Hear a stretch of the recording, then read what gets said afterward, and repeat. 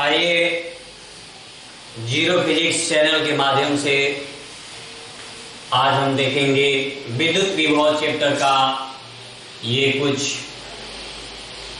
बहुत ही important question है।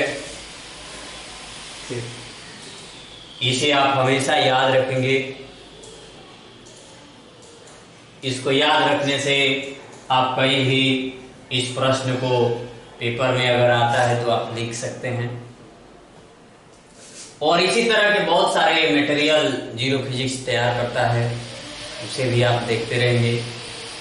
तो आइए क्वेश्चन देखते हैं। पहला, अनंत पर विद्युत विभव शून्य होता है। क्वेश्चन और आंसर दोनों साथ में है। अनंत पर विद्युत विभव शून्य होता है। दूसरा नंबर बताया गया है कि एक इलेक्ट्रॉन वोल्ट का जो मान है, एक इलेक्ट्रॉन वोल्ट बराबर 1.6 गुणे 10 के पावर -19 जूल होता है। इलेक्ट्रॉन वोल्ट से ऊर्जा को मापा जाता है और एक इलेक्ट्रॉन वोल्ट का मान जो है 1.6 गुणे 10 के पावर -19 जूल के बराबर होता है। तीसरा नंबर बताया गया है कि समविभवी पृष्ठ के, समविभवी यानी वैसा पृष्ठ जिसके पृष्ठ के चारों तरफ विभव का मान समान होता है, तो समविभवी पृष्ठ के प्रत्येक बिंदु पर विद्युत क्षेत्र की तीव्रता पृष्ठ के लंबवत होता है। पृष्ठ के क्या होता है? लंबवत। समविभवी पृष्ठ के प्रत्येक बिंदु पर विद्युत क्षेत्र की तीव्रता पृष्ठ के लंबवत होता है।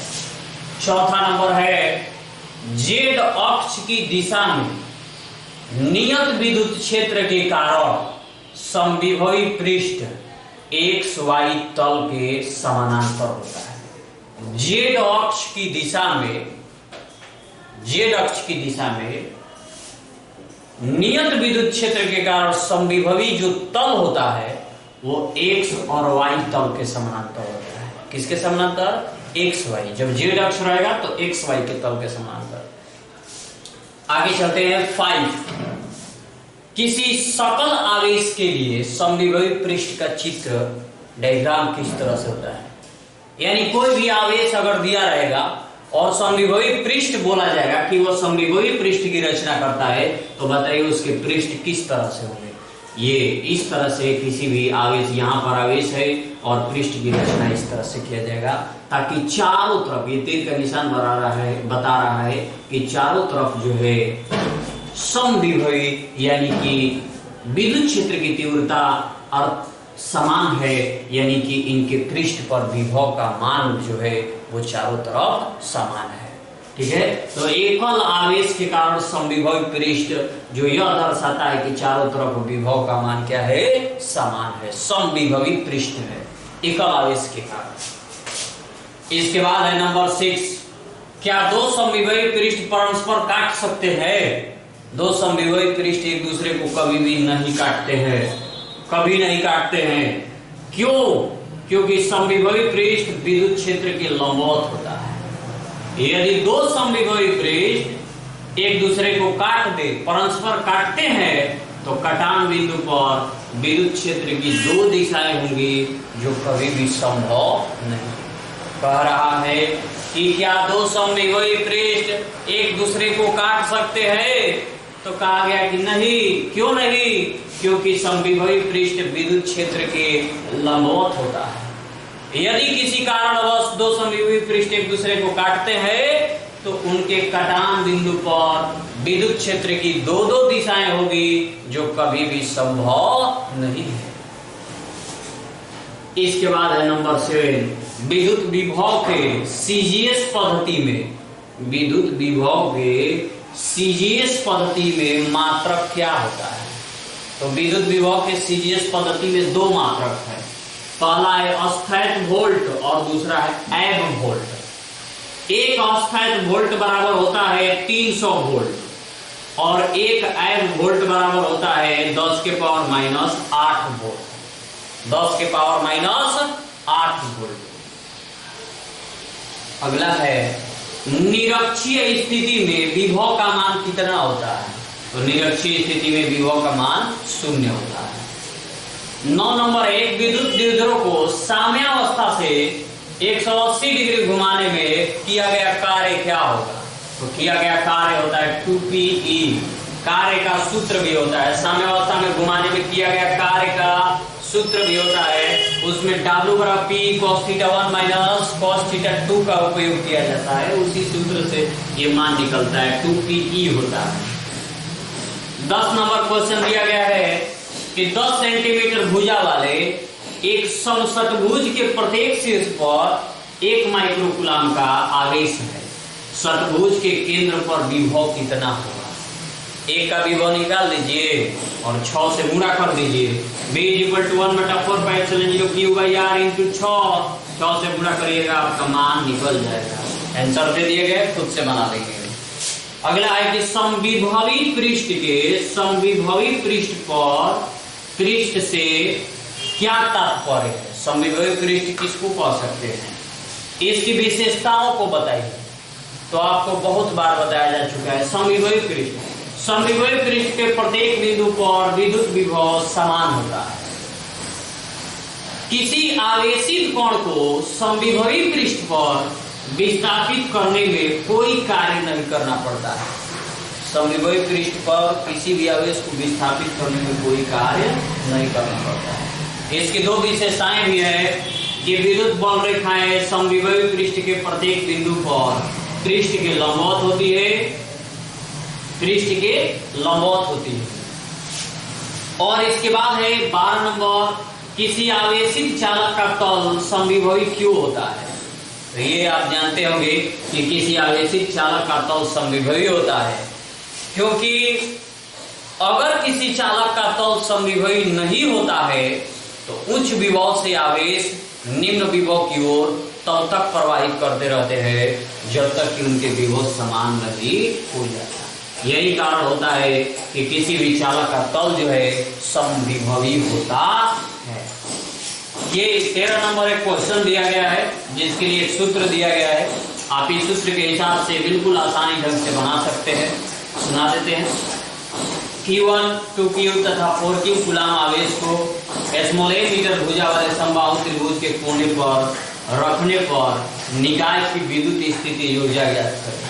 निकाय की विद्युत स्थिति ऊर्जा का एक सूत्र होता है 1/4πε0 Q1 Q2 बटा में R, 1/4πε0 Q2 Q3 बटा में R प्लस 1/4πε0 Q3 Q1 बटा में R।